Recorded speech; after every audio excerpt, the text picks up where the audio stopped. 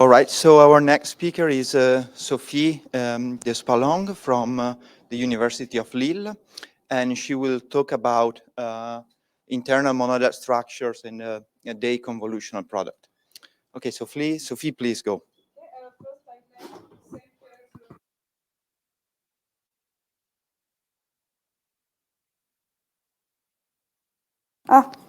Okay. So I was saying that I'd first like to thank the organizer because it's a real pleasure for me to be here in PISA talking about categories. So we'll talk about internal monoidal structures and the convolution product in a monoidal 2 category. So the purpose of this talk is to define the convolution product in a 2 categories that is not a category of categories and understand what it means. So we'll talk about formal category theory, internal structures in a monoidal 2 category, and we'll finally see how to extend the convolution and what it means. If we have time for it, I'll finish by an example, but I'm not sure about it. So how does the convolution product works? Basically, it just says that you can endow the category of presheaves over a monoidal category with the structure of a monoidal category too. You can just also notice that this construction also works when in the context of V-enriched categories. So how does it work? Take 2 functors or 2 V-enriched functors from C to a category V, and you just can form their tensor product and obtain another functor. And more generally, you obtain a monoidal structure on the category of presheaves. So is it possible to generalize this construction? And more precisely, which properties does the 2 categories and V-enriched categories share so that this construction is possible? Okay, so what do we need for this? So the construction on the left-hand side is made, as you can see, in the context of a 2 category, because you have just a 2 arrow, etc. So we need the 2 category. Also, we need to form some products in this 2 category. So we need this 2 category to be monoidal. We also need internal monoids in this 2 category. We need the notion of Ken extensions, and we need this thing. So what I call external product, I think it's often called like this, but what is the external product precisely?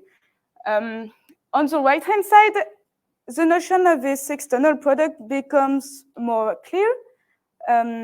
So we will see that, in fact, the external product of 2 functors just relies on the fact that the closed structure of the category of category is compatible with the monoidal one. So all of this lies in the context of formal category theory. So the principle of this is just to extend categorical constructions in a category that looks like the category of categories. So for instance, it has been made by Gray in Formal Category Theory, a book. So the notions we can extend are, for instance, adjoint morphisms and Ken extensions. So let omega be a 2 category. Ken extensions have been defined by Gray in 2 different ways. So you can define them locally, so just as an arrow together with the 2 arrows that is universal amongst some couples verifying some stuff. You can also define them globally.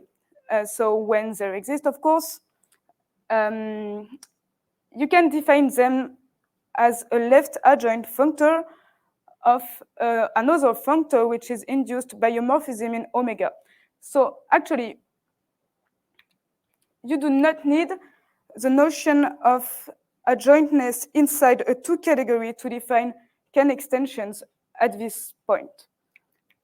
But yeah, and also notice that the global and local notions of left Ken extensions coincide in the sense that you just the global one exists if and only if the local one exists for every morphism. And you even get a functor when they exist from the category of morphisms in omega to the category here. So the brackets just means the closed structure of the category of category. But let's get back at Ken extensions and their convolution. Here you can see that the Ken extension we need is actually not a functor, but a V-enriched functor. So if you want to generalize the construction, you actually need the Ken extension to be defined as a morphism in U2 category and not as a functor. So I suggest to define internal left Ken extensions as a left adjoint of the equivalent of precomposition by a morphism, but in the closed setting. So these adjunctions, this time lies internally in the two category omega. I did not define adjunctions in the two category, but it is like you can imagine, just two morphisms with two arrows satisfying the commutativity of some triangles. Okay, and now if they exist along any morphism, it just extends again to a functor. Can we just have a link between the internal left Ken extension and the external one?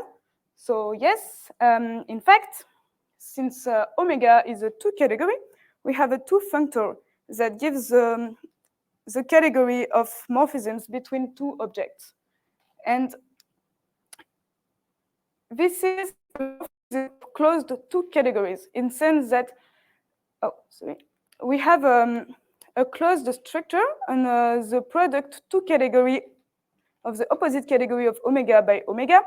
We have a closed structure in the category of category, and they exchange via this morphism so that we just have a natural functor here, a functor which is natural in the variables. So thanks to this, we can make a link between the internal left Ken extension and the external one, and we obtain a commutative triangle so that if you have a point, like an element that is a morphism from the terminal object to the object morphism here in omega, the internal left Ken extensions just coincide with the external one. Here, in fact, in the category of categories, those two objects are the same. And in the category of V-enriched category, you have an equivalence of categories because you can improve any natural transformations into V-enriched one, etc. So now we just have to talk about internal structures in a monoidal two category. So let omega be equipped with a two functor, which is associative up to an associator.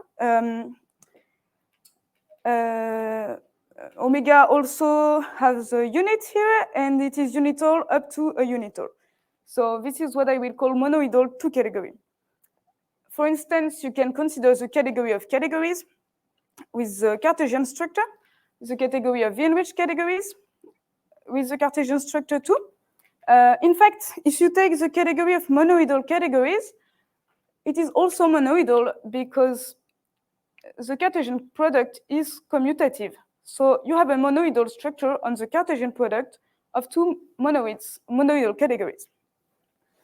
We will see that, in fact, this isomorphism, which uses the commutativity of the Cartesian product, can just be replaced by a compatibility between two monoidal structures. Another example I'd like to talk about is the two category of sequences of categories with the composition product, operiodic composition product, in fact. So defined as follow.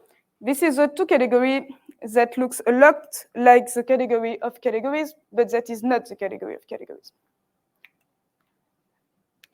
So now in a monoidal two category, you can define a pseudomonoid internal to it as just an object together with a composition internal to omega, a unit, unitors, I didn't write them, but they are just triangles and associators, two morphisms in omega that verify some coherence. You also can define pseudomonoidal morphisms between them. So as morphisms in omega, together with two morphisms, they are often called lax because this is not an isomorphism. And they verify unit and associativity conditions. So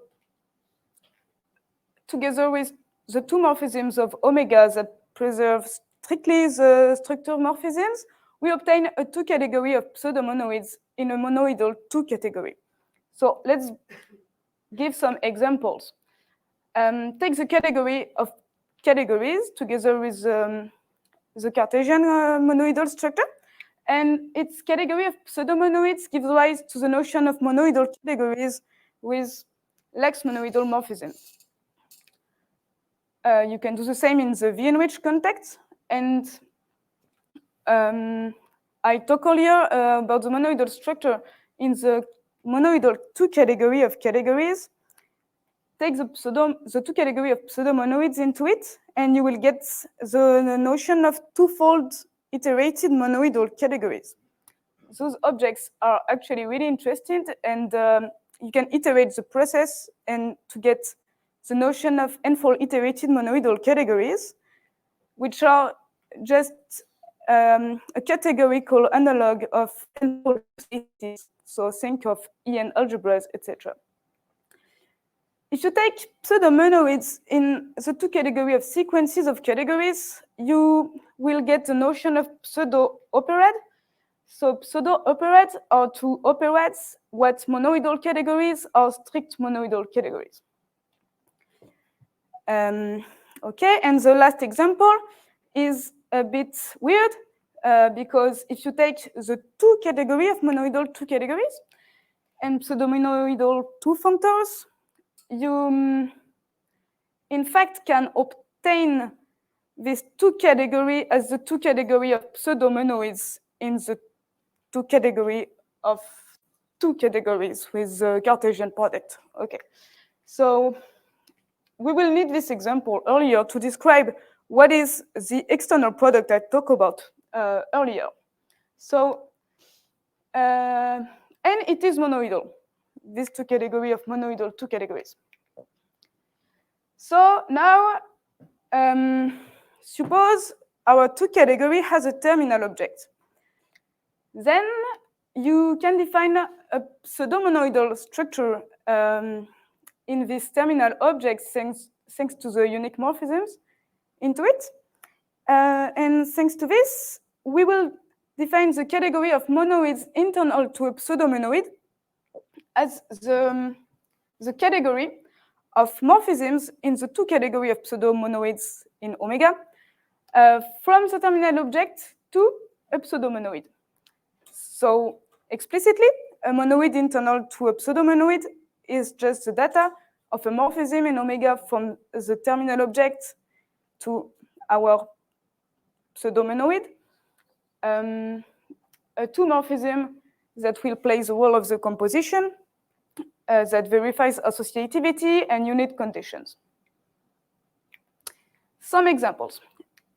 When omega is a two category of categories, the category of monoids internal to a pseudomonoid, so in a monoidal category, is just the usual category of monoids in a monoidal category.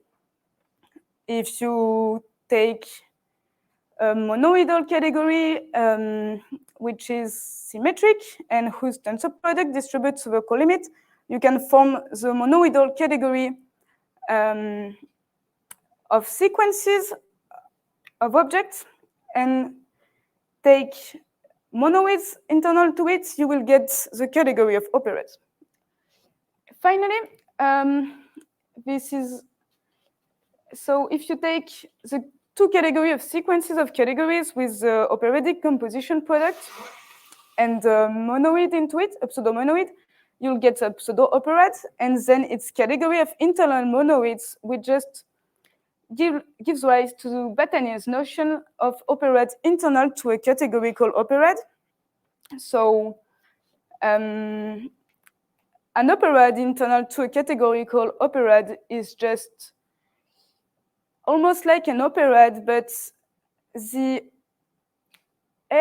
airy operations just are defined in a category that varies depending on the arity. And then to make those operations together, you need to make it internally in your category of operations.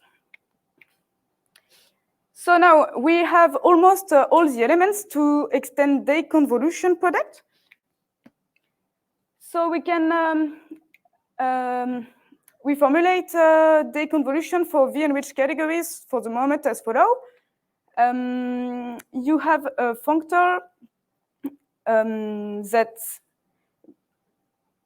okay, the V-enriched category of functors to V, okay, the internal home gives rise to a functor that goes from the pseudomonoids in V-enriched categories with respect to Cartesian product to the category of pseudomonoids.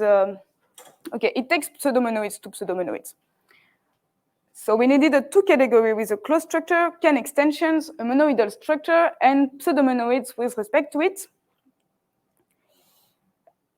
The last thing we have to define now is the external product. So let omega be a monoidal category, which is Cartesian closed. You can write this for the internal home 2 functor. And as I said earlier, the two category of monoidal two categories is itself monoidal, so that you can ask this functor to be a pseudomonoidal functor. This gives rise to a morphism here, which I call the external product. And in fact, it just, yeah, so it's an exchange morphisms between two compatible structure. And okay, so thanks to it, we can just define the convolution.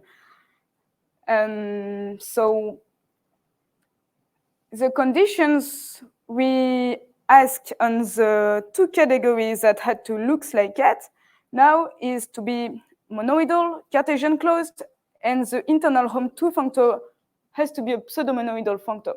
So now take two pseudomonoids in omega with respect to the tensor omega, not the Cartesian structure.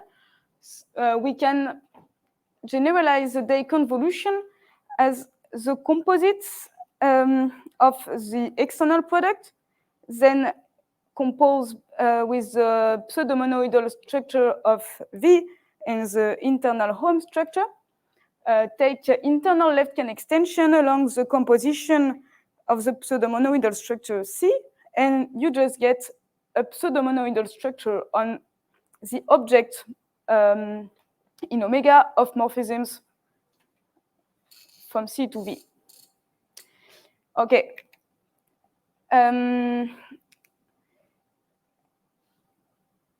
This just defines an associative structure, which is kind of tricky to demonstrate because of the big diagrams, but it gives the object of morphisms in omega from C to V the structure of a pseudomonoid.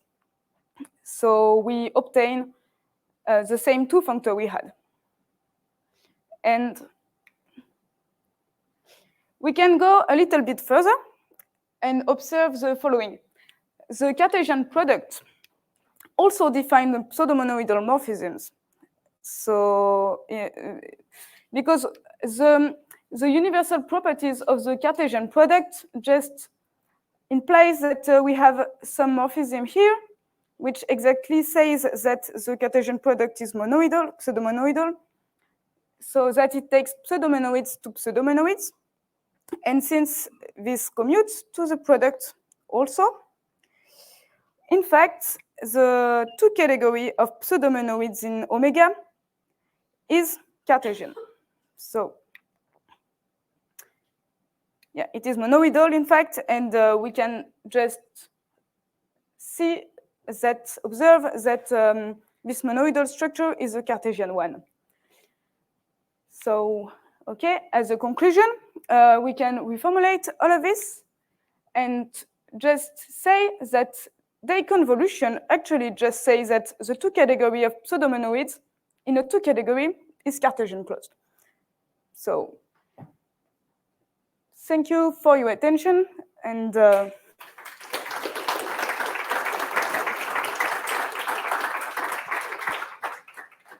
Okay, thank you very much. So, questions?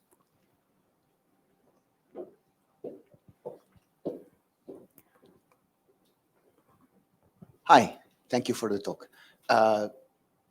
Do you think it's possible to recover in this formal way also the universal property of the deconvolution structure?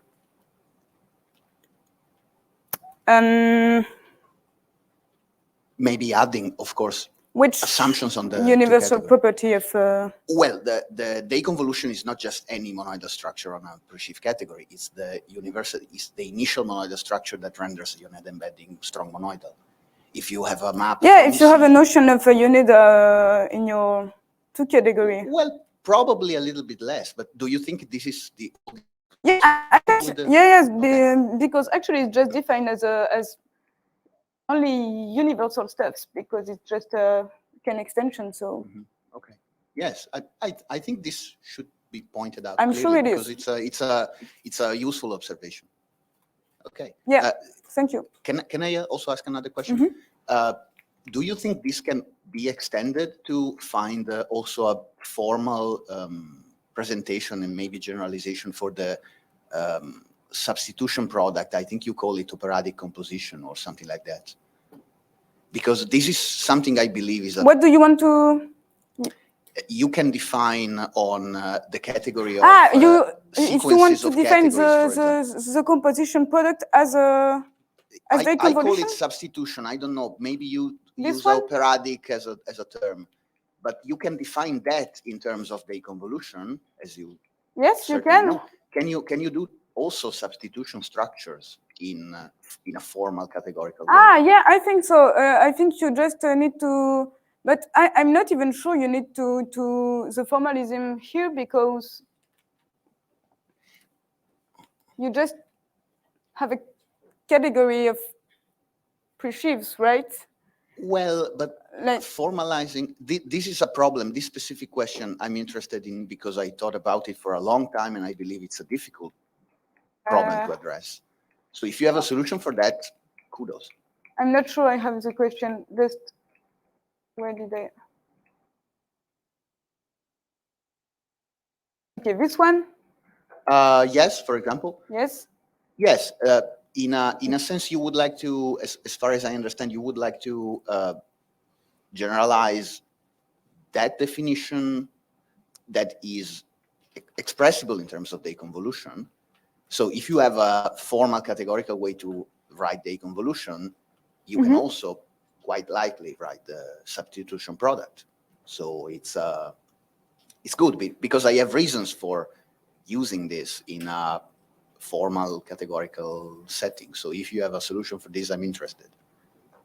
Okay, maybe we'll talk about it. Yes. Just it's a bit technical, so yeah. Yeah, because I actually have an example with this at the end, but I'm not sure this is what you mean. But you can just consider just the operad of presheaves over a categorical operad, and in this way, this just extends the composition product to another thing. But I'm not sure this Yeah, maybe it's not exactly. Maybe I see it's not exactly what I want, but we can discuss this later. Thanks again.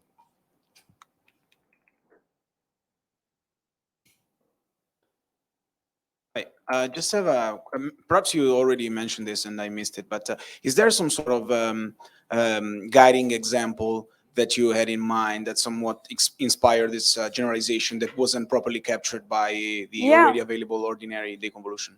Yeah, I had one. It's just, actually it is this one, just I wanted to define the operad of presheaves over a categorical operad. And this case is just kind of particular because it's not like a V-enriched category. You cannot, you do not have actually an object in the, these two categories does not, the object of the two categories are not categories in the sense that you do not have objects, you have a sequences of objects. So the monoidal structure becomes really tricky to write. And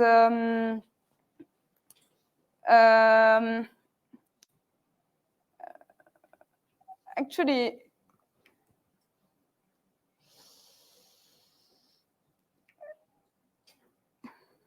the composition just, I didn't really finish this slide, but this was my example at the beginning. And what we obtain is that we have the monoidal structure induced by deconvolution is this one. This means those things are sequences of categories, and they are endowed with the structure of a monoidal object. So an operad in cat. And the composition is just, yeah, it's given, it's kind of, this was my example, but yeah.